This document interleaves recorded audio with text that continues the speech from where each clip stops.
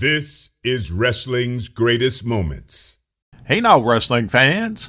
It's time for another episode of Wrestling's Greatest Moments. The 1980s are often called the second golden age of tag team wrestling, and as we'll see, for good reason. Sit back as Wrestling's Greatest Moments looks at 1980s Tag Team Mania. Before we get started, don't forget to subscribe to our channel and hit that notification bell. The first golden age of tag team wrestling. While the first tag team wrestling match remains a mystery for historians, there is no doubt when it became popular. In their authoritative look at tag team wrestling, Pro Wrestling Hall of Fame, the tag teams, Greg Oliver and Steven Johnson write, "Tag team wrestling really took off with the advent of television.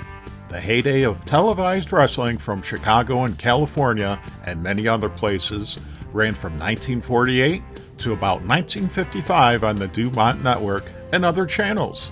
With the black and white screens of early TVs came the need for fast-paced action to attract and retain viewers.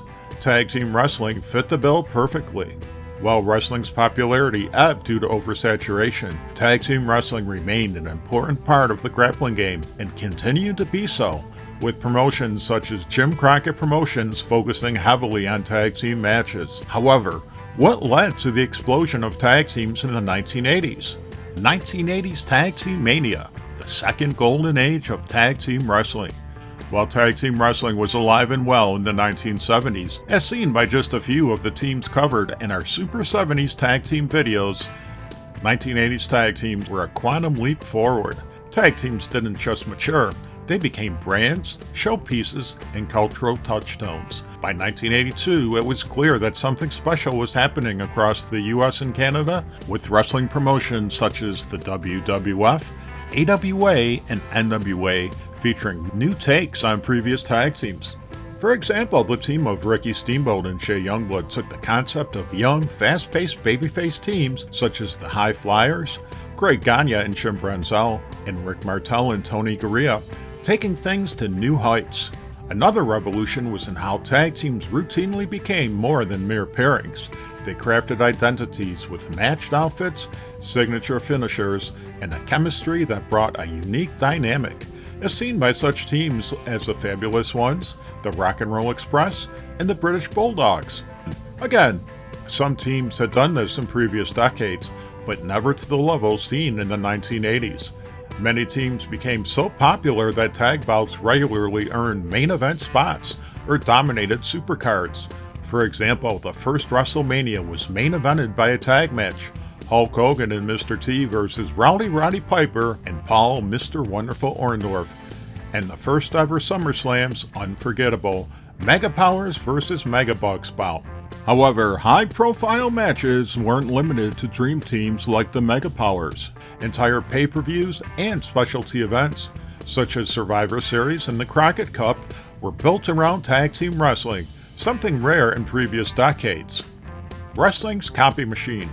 The 1980s were a golden era for tag teams, not just in terms of numbers, but also in creativity and influence. Teams such as the Rock and Roll Express, the Road Warriors, the British Bulldogs, Arn Anderson and Tully Blanchard, and the Midnight Express all reached iconic status. Each brought something different to the table. Like many forms of entertainment, pro wrestling has never hesitated to copy successful formulas, with promoters shamelessly copying what's worked in other territories. One of the most interesting aspects of the 1980s tag team scene was how new teams often started by emulating successful duos, only to quickly carve out their own identity and achieve real success on their own. Take the Midnight Rockers, later the Rockers, as an example.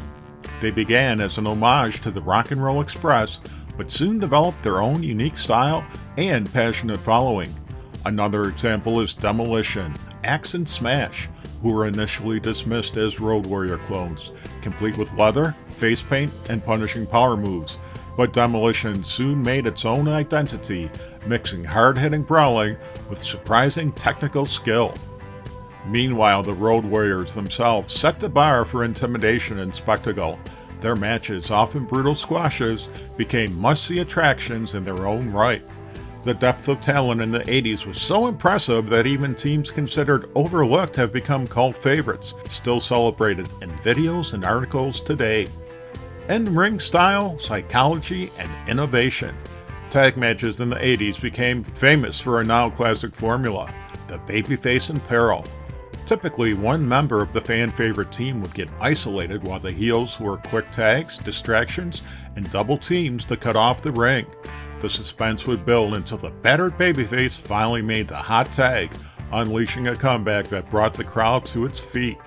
Ricky Morton of the Rock and Roll Express was so skilled at playing the beleaguered babyface that the role became known as playing Ricky Morton. This formula worked because it amped up drama, suspense, and crowd engagement. The best tag teams became masters of timing, teamwork, and storytelling. Classic rivalries: the Rock and Roll Express versus the Midnight Express in the NWA and Mid-South, the Hart Foundation versus the British Bulldogs and the WWF, delivered matches so good that even TV bouts are still discussed today. Signature double team moves exploded in the 1980s, from the Rockers' double super kick, the Hart Foundation's Heart Attack, and to the Road Warriors' now iconic Doomsday Device. While double team maneuvers weren't new, the creativity and polish of the 80s raised the bar for future generations. Pop culture crossovers and gimmicks. The 1980s was a pop culture cornucopia, and tag team wrestling tapped right into it. Teams took inspiration from music videos, rock bands, and blockbuster movies. The Fabulous Ones and Rock and Roll Express adopted the look and swagger of MTV-era musicians, even coming to the ring to rock music and sporting flashy gear. The Road Warriors channeled the wildness of the movie Mad Max 2: The Road Warrior, with face paint that captured the era's appetite for destruction. The tag team The Top Guns was another example of wrestlers and/or promoters aping popular films to create fresh acts. Entrance music, which had existed in wrestling for decades but was the exception rather than the rule, was everywhere in the 1980s. The Fabulous Freebirds were trailblazers, using Leonard Skinner's Freebird and later Michael Hayes' Bad Street USA. The story of the Birds wanting to use entrance music has entered wrestling legend. As Freebird Michael Hayes tells it, he felt Leonard Skinner's song Freebird was ideal for their entrance music. When we asked promoter Nick Gullis if we could do it, I'll never forget it. He said, "Are you boys taking them marijuana pills again?" Soon, tag teams and some single stars used entrance music from popular songs. The Fabulous Ones adopted ZZ Top's Sharp Dressed Man. The Rock and Roll Express used Kiss's Rock and Roll All Night, while the Road Warriors turned Iron Man into their anthem. Entrance themes became a branding tool, but with it came new challenges.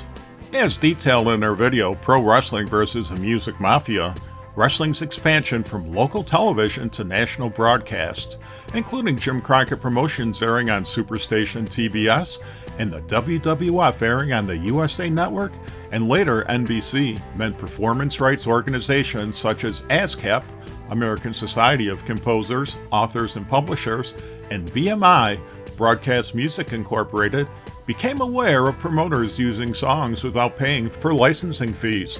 Promoters had few choices: pay up, stop using music, or create their own songs for entrance music. Merchandise and media. The wrestling boom of the 1980s coincided with a new focus on merchandise. Tag teams were featured alongside single stars on t-shirts, action figures, and posters. The WWF and the AWA led the way, understanding the value of marketing their duos, while Jim Crockett Promotions was slower to catch on. Wrestling magazines, nicknamed the Aftermags, also fanned the flames, with tag teams frequently gracing covers and getting major features. These magazines helped spread the legend of teams across the country in a pre-internet era where news and storylines traveled slowly. As a result, several tag teams became legendary and, in some cases, as famous or infamous as single stars. Business and TV changes fueled the boom. The business side of wrestling changed dramatically in the 80s, and tag team wrestling was a direct beneficiary. One of the biggest game changers was the expansion of cable television. Cable brought regional wrestling to a national audience. Ted Turner Superstation TBS aired Georgia Championship Wrestling and later Jim Crockett Promotions nationwide. Now, fans from all over the country could see tag teams from different regions. Prior to this, fans were usually limited to watching one promotion's television as they had a monopoly on local TV. Another factor was the WWF's national expansion and rival promoters' reaction to it. With Vince McMahon going national in 1984, the WWF secured syndication deals seemingly everywhere, along with a weekly show on the USA Network. This wasn't the WWF's first foray into cable, as some of its content had previously aired on home box office during the cable channel's early years. Vince McMahon's national expansion saw him sign top tag team talent from across the country and Canada: the British Bulldogs, the Hart Foundation, the Fabulous Rougeaus, and the U.S. Express, as he sought to fill his television. The U.S. Express, Barry Windham and Mike Rotundo, and their feud against the devilish foreign heels, the Iron Sheik and Nikolai Volkov, channeled Cold War themes into tag team storylines, including a featured bout at the inaugural WrestleMania. Innovative events. The heated rivalry between the World Wrestling Federation and Jim Crockett Promotions led to major tag team events. The biggest at the time was 1986's Jim Crockett Sr. Memorial Tag Team Cup, a huge tournament featuring 24 teams from wrestlers in what remained of the National Wrestling Alliance and abroad. The Road Warriors won the 1986 Crockett Cup, capturing a kayfabe $1 million prize and a trophy that cemented their status as the world's greatest tag team.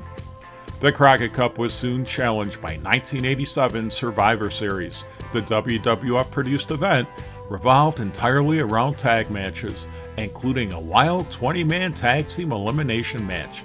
This format, 10 teams, 2 sides, last team standing, was unique and memorable, showing off the depth and excitement of the WWF's tag team division. That same night, the Jumping Bomb Angels, a Japanese women's team, wowed American fans, proving that even unfamiliar tag talent could steal the show, and suggesting that female tag teams were in a league all their own. Sadly, the WWF and Jim Crockett Promotions failed to capitalize on the many talented female tag teams, which could have made the 1980s tag scene even more epic. Promotions also introduced secondary tag titles, like the NWA's United States Tag Team Championship.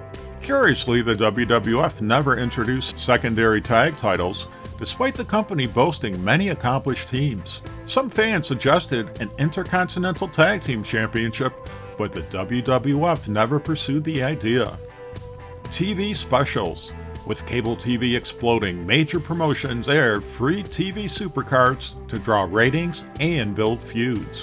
In 1986, NWA Superstars on the Superstation aired a primetime title change, the Midnight Express beating the Rock and Roll Express for the NWA World Tag Team titles, something quite rare for the era. In addition, Jim Crockett Promotions, and later WCW, would use its Clash of the Champions TV specials to highlight tag team matches.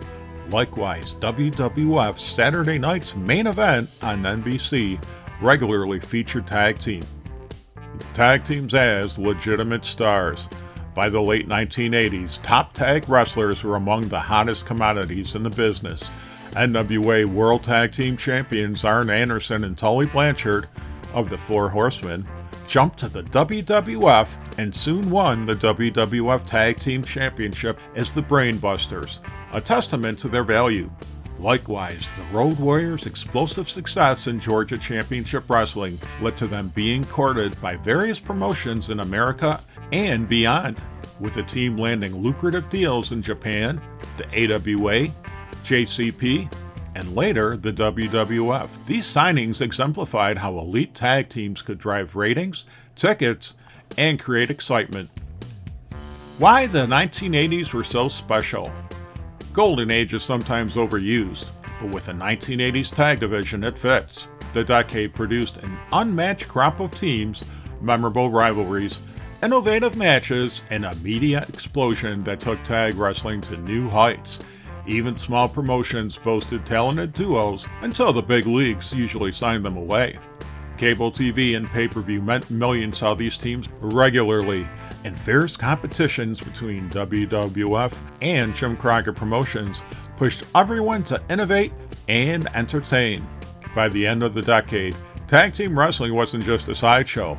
It was a headline attraction, a moneymaker, and a beloved part of wrestling's fabric. Where do you rate 1980s tag team wrestling compared to other eras? Share your thoughts in the comment section, and let us know if there are any videos you'd like Wrestling's Greatest Moments to cover. In the meantime, hit that like button, subscribe to our channel, follow us on X and Instagram, and spread the good news about Wrestling's Greatest Moments, the channel that celebrates the squared circle.